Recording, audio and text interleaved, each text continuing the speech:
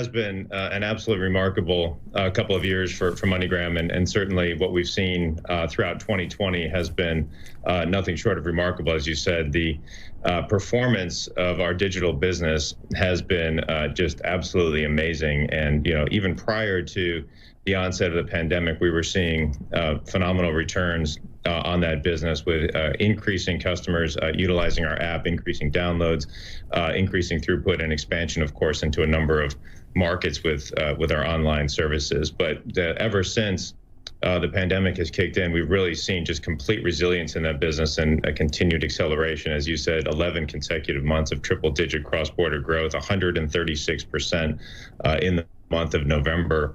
And it's really been driven by that utilization and convenience of mobile technology, the simplicity of the throughput, and the ease of which consumers are finding digital applications, particularly during the pandemic, when stay-at-home orders or shelter-in-place orders have really restricted their movement and their ability to get out and do what they might normally have done.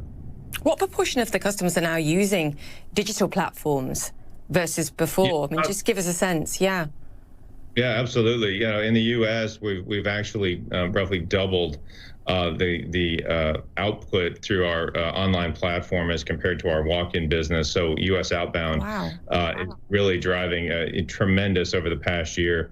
About 27% of our global business today is digital, but that's of course against the backdrop of really 200 countries that we operate in, and only about 80 of those really digitized today. So when you look at it kind of on a more isolated basis, that percentage is even higher. And as I mentioned, the U.S. is a great example of that, where we're really seeing this surge in consumers looking for that online application and the ease of use and the convenience of it. We're also seeing an increase in face value sent on a per transaction basis, and that's even throughout the pandemic. And so you're definitely seeing the resiliency of the consumer base, and then the ease and convenience of the online application. And we've seen about 140% increase in new customers on the online platform. We've seen a 220% increase in transactions through our app. So across the board, simply remarkable returns, and we're very, very happy with that performance.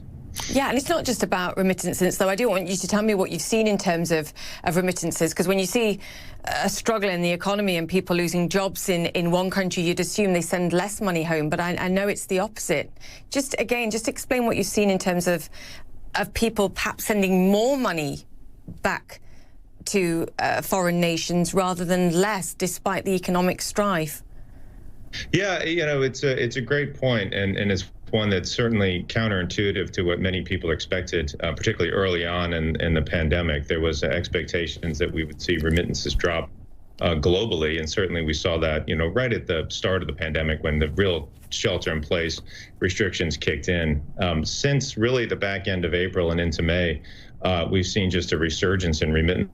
We did a survey recently of 1,500 of our customers here in the U.S., with 80% of them saying that they feel that their friends and family back home are more in need now than they've ever been before. 70% of our customers saying that they have sent more home in 2020 than they have before. And I think that's really reflective of the responsibility that a lot of our customers and migrants take on when they leave their home country in the first place, the reliance on the support that they send back. And so you see many consumers finding more work, moving around, and obviously unemployment is up in a number of areas, clearly hospitality, service, restaurants, et cetera, the cruise industry. But when you look at the resilience of food processing, agriculture, the stability in some cases of construction and other type industries, our customers figure it out. They also tend to have a higher propensity for saving as well, as compared to perhaps a normal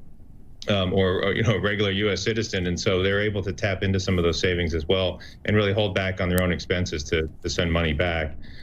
We are seeing an increase in face value sent per transaction and an increase in transaction growth across the board. So it really is a very different outcome than I think many people expected. And of course, there is concern about sustainability of that. Obviously, stimulus has helped cases and these types of things. But clearly, as the pandemic has moved along, we really haven't seen a slowdown at all in their sending habits, and so that's been very nice to see.